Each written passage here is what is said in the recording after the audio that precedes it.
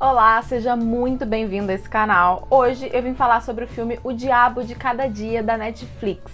Eu já tinha mencionado ele no meu vídeo sobre os lançamentos mais aguardados de setembro da Netflix, então eu vou deixar aqui nos cards, você pode ir lá ver, e eu tô muito feliz de vir falar desse filme.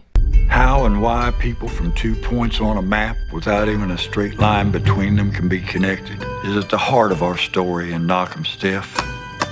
Esse filme é um drama/suspense que conta a história de algumas pessoas que parecem desconexas, mas termina bem amarradinho. Ele se baseia no livro de mesmo nome, do Ronald Ray Pollock, e se passa no interior dos Estados Unidos, depois da Segunda Guerra Mundial, antes da Guerra do Vietnã. Esse vídeo vai ter spoilers, então se você ainda não assistiu o filme, eu recomendo que você vá, assista e depois volte para esse vídeo. Pra mim, esse filme se baseia em 4 pilares extremamente ligados e dependentes entre si, que são religião, moralidade, família e violência. Primeiro, a religião e a moralidade, que são basicamente o mesmo pilar. Para algumas pessoas é uma, para outras pessoas é a outra, mas no fim das contas as duas trabalham para o mesmo propósito, que é o benefício individual. Por exemplo, a gente tem o Willard, que foi capaz de sacrificar o cachorro do filho, o que é uma observação bem importante.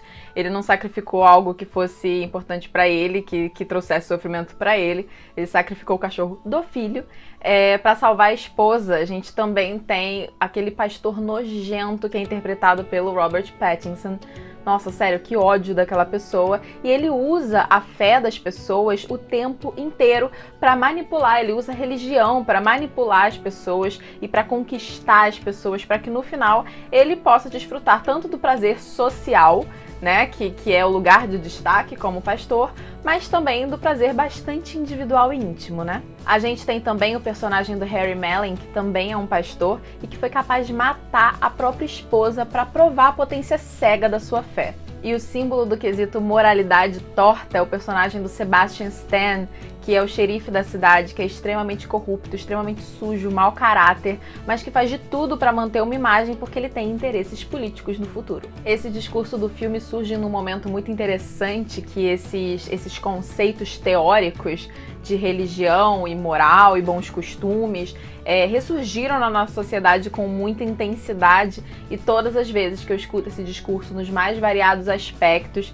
por exemplo, na política, eu sempre sou transportada para essa reflexão que o filme traz, que é até que ponto isso é real e em que parte isso está sendo usado para manipular uma população mais vulnerável, sabe? Para trazer uma guerra de interesses que vai manipular e vai fazer mal a muita gente. O terceiro pilar é a família, e o filme me trouxe uma reflexão de até que ponto nós somos uma consequência direta das nossas, até que ponto a gente consegue descartar e romper com aqueles padrões que nos foram ensinados, tanto na teoria quanto na prática, e o que a gente vai levar, o que a gente decide levar como herança dessas relações. Essa reflexão ficou muito intensa e muito explícita para mim na relação do personagem do Tom Holland com o pai dele, interpretado pelo Bill Skarsgård.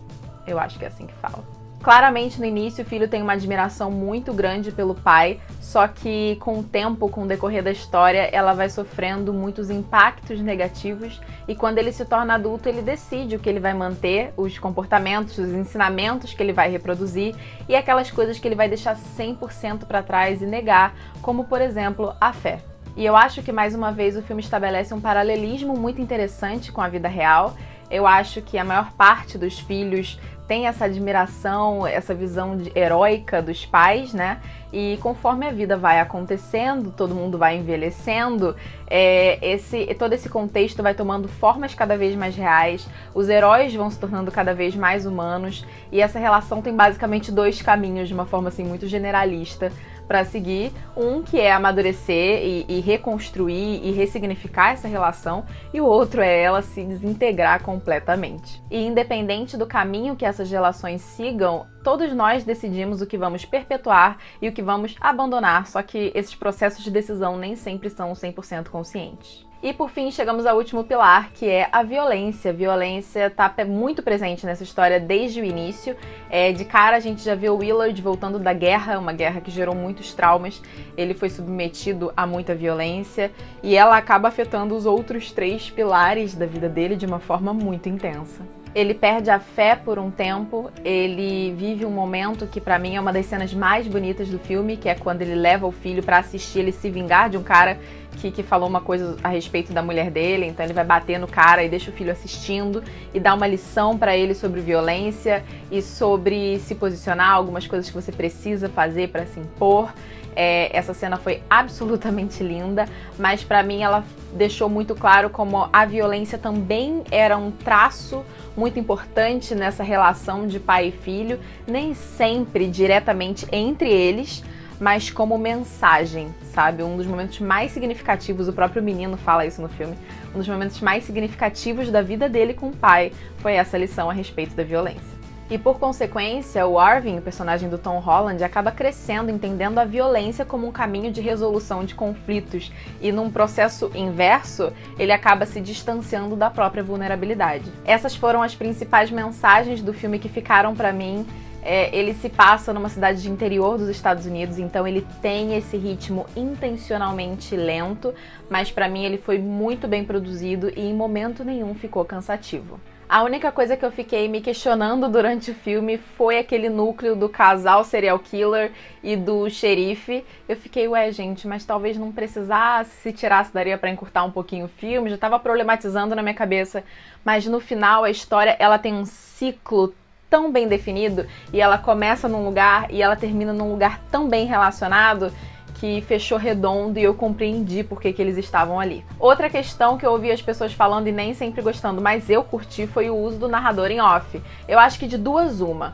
Ou o narrador ele deixa a história muito didática, ele explica demais e aí ele quebra um pouco o efeito e o seu trabalho de análise e tal e não é legal. Ou ele tem um vínculo com a literatura e ele ajuda ali a criar um fio condutor pro filme, o que eu acho que foi o caso, eu achei bastante legal. O elenco, por sua vez, foi um show à parte, além do Tom Holland e do Robert Pattinson. O elenco, de uma forma geral, assim, foi lindo, não teve ninguém que eu acho que ficou aquém, que foi um pouquinho abaixo do rendimento do filme, não. Eles escolheram muito bem e tá todo mundo, assim, muito nivelado na história, então deu muito, muito, muito certo. E eu gostei demais da direção do Antônio Campos, eu achei muito elegante, muito bem feita.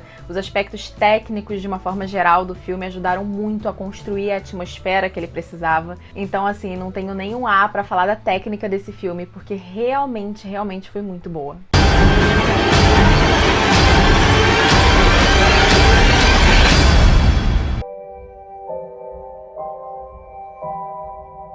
Esse foi um lançamento que realmente valeu muito a pena esperar, porque ele superou todas as minhas expectativas. Me conta aqui nos comentários o que você achou, porque assim, eu tô muito positivamente impactada. É isso, gente. Curte, comenta, compartilha, se inscreve no canal para não perder os vídeos sobre os melhores filmes, séries e lançamentos, e a gente se vê no próximo.